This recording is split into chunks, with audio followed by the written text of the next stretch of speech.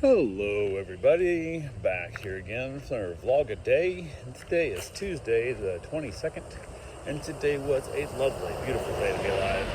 Got up this morning, really decent time frame, got up, got the dogs out. The Boxster decided he wanted to sleep out in the living room last night, which is kind of strange for him. He usually doesn't want to do that, but he decided that was what he was going to do today, so that's what I let him do. So got him out, got everybody outside. Wife got up and got to work. I hopped in the hot tub for a little bit, got my soak on, and then basically was waiting around. I had some cats to go feed, but I also was giving back a dog at 8 a.m. this morning, and it was gonna be that weird time frame of like, well, if something comes up with the cats, then I'm like delayed getting back, and if they get here early to pick the dog up, so I'm like, I'll just head over once they pick the dog up. Won't be that big a deal. I try and usually get to the cats by 8-ish, so won't be a big deal. These people are almost always on time picking up the dog, so won't be a problem. So went ahead, hung out in the morning, just kind of letting the dogs play in rough house, and they were having all the good fun they could have, and there was nothing big deal.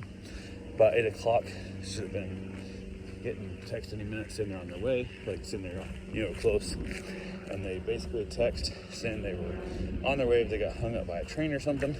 That sounds like you already know that, but who knows? They had something else had to do, and there was like 3 different excuses in a row, and at like 8:19 they texted me and said they were stuck to the train. I asked if they had any idea how long it's going to be, because I'm thinking, well shit, now I need to run over and take care of the cats. And they said, well, as soon as the train's gone. I'm like, well, I don't know, that doesn't answer my question. So, but there's some train tracks here in town that it's a transfer spot where the lines line up. So sometimes you'll have a train come to a complete stop at the tracks, and you wait for the other train in the other direction to meet up, and if one was behind, because blah blah blah, whatever. So kind of can become an issue around here, but usually you can just drive down to the overpass or drive down behind the train or in front of it and go around, but it is what it is. So it was much closer to 9 a.m. picking the dog up, which really did not make me too happy, but reached out when they finally got there, gave him back the dog, everything was smooth there.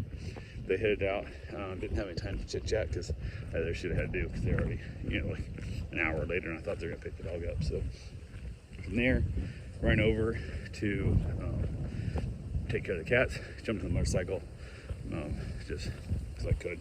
Wasn't raining today, so I was able to take it. So got the cats done, texted the owner, let them know I was a little bit late because of a pickup got delayed. So they were perfectly fine with it, they didn't care. And today's their last day, so they're coming home tonight. So we're all good with it. Went ahead, headed back. On the way, there's a little park down there. It has like a little fishing pier on it and stuff that I used to kayak out of there every once in a while. But they had it closed for remodeling. There's a big sign saying what they're doing. So I thought, well, I'm gonna stop today on the way back and look at that sign, which I did. And I don't know how many millions of dollars are spent on this, because everything when it comes to do with government is over budgeted like crazy. But they're putting a little weep pond thing in on the edge. It's like a little canal right there that drains all the water from the roads and stuff in people's yards out to the Mosquito Lagoon there. And obviously tide comes in and out, no big deal. Well, they mow that little part right there by the parking lot, and apparently they're concerned about the grass being blown from the mower into that little canal.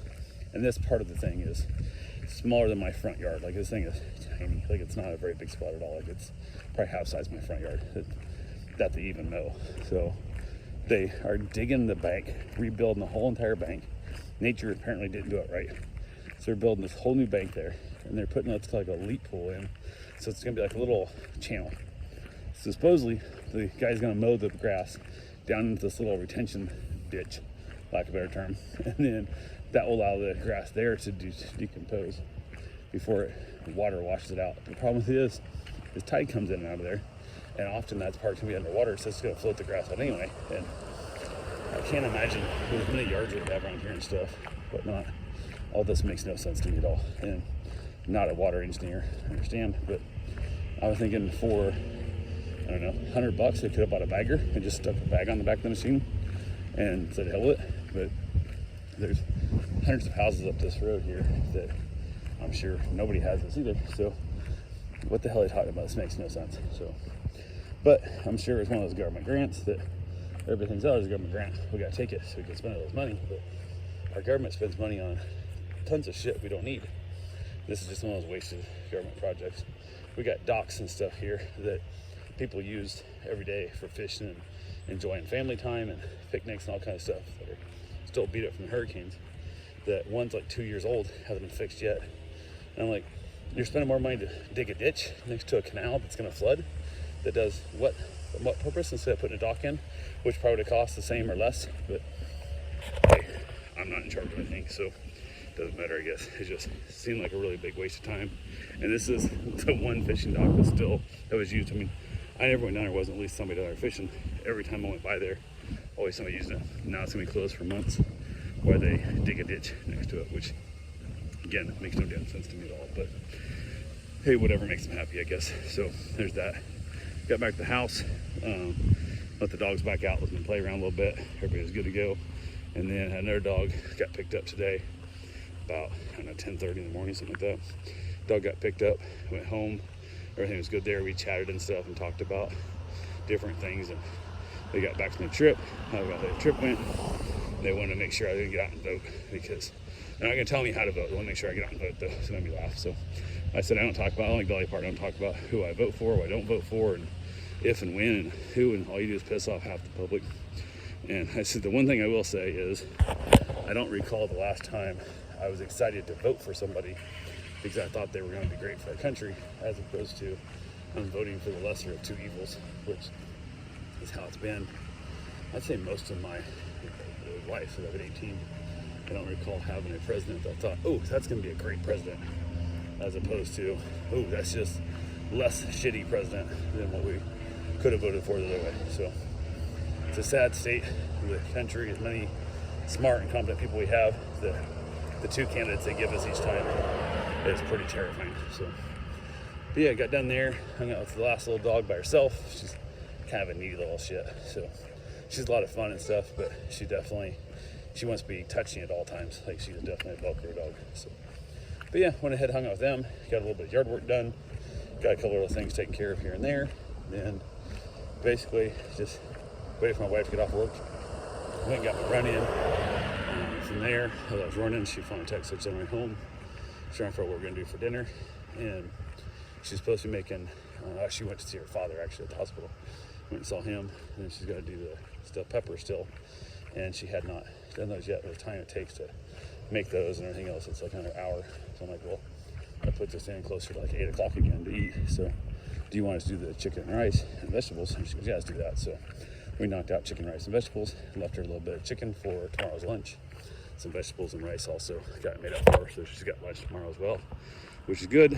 We each had our chicken and rice today, and from there, watched a little bit of Young Sheldon, and headed back out to enjoy a cigar. Beautiful evening, absolutely gorgeous weather. So knocked that out, and then headed back in, and it was kind of late, not real bad, but I was out there a while, and then my brain went shut off, and I ended up came there, turning on the iPad to watch a little bit of TV. He's like, I do put myself to sleep with that, and it was 3:45 a.m. and I'm still wide awake.